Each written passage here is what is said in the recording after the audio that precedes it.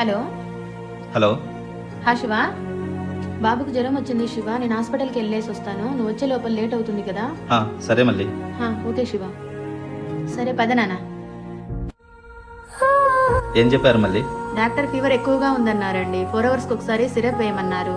రాత్రంతా మేల్కోవాల్సి వస్తుంది. పర్లేదండి, నేను చూసుకుంటా. రేపు నీకు బీఈడీ ఎగ్జామ్ ఉంది కదా మళ్ళీ, ఎట్లా మేలుకుంటావు? నేను చూసుకుంటాలే ఋత్విక్ని.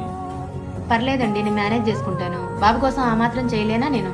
అలా కాదులే మళ్ళీ, నేను చూసుకుంటాలే, నువ్వు వెళ్ళి పడుకో. సరే పదనాన్న, పడుకుందాం. హే తందాని నాని తాని తందానో